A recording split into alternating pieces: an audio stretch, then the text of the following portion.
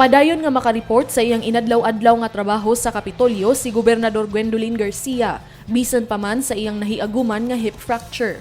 Kini mao ang gisiguro ni Dr. Jose Antonio San Juan, orthopedic surgeon ni Garcia, ato sa iyang pagbisita sa Kapitolyo alang sa check-up sa gobernador. Dugang sa doktor nga maayo ra ang kahimtang ug pag-ayo sa fracture ni Garcia ug mamahimo gihapon siya nga mo-report sa iyang trabaho isip gobernador, ilabi na sa sitwasyon nga iyang giatubang karon tungod sa pandemya. Nadalinas ang gobernador ni atong Agosto 15 sulod sa iyang panimalay. Nibalik na siya og trabaho ni atong Agosto 18 apan naggamit siya og walker ug flat shoes usab ang iyang gisuot. As far as pain is concerned, it's tolerable. She is taking her pain medications. She is taking it easy as far as her mobility and activities are concerned. So we're not putting her at risk of making things worse than they are right now. Si Garcia mao ang nanguna sa pag-abli balik sa mga tourism activities sa mga kalungsuran ug kanunay ang iyang pagbiyahe sa mga miaging mga semana.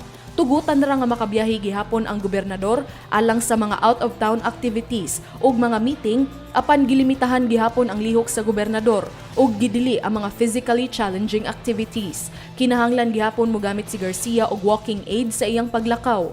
Unom ka semana nga paggamit og walker ug laing duha ka semana nga paggamit og cane o tungkod. Gidili usab ang pagsuot og mga heels ug dili usab niya mahimo nga mangusog o pabugatan ang wala nga bahin sa iyang dapi-dapi o paa. Let's say we expect her to be maximally recovered by around 3 months. So, Gov, I already told her na, for example, if the governor doesn't mind, mga footwear restrictions sa karon, we are all familiar with what the Gov prefers to use when she goes to work. So she can't use those kinds of footwear for now, for 3 months.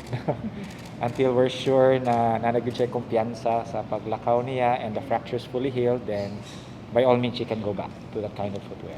Hayan nga sunod semana mobiyahe na pagbalik ang gobernador sa mga kalungsuran aron panguluhan ang awarding sa mga district winners sa Sugbo Gardening Program. Alang sa balita sa Sugbo, kini si Paula Mendoza.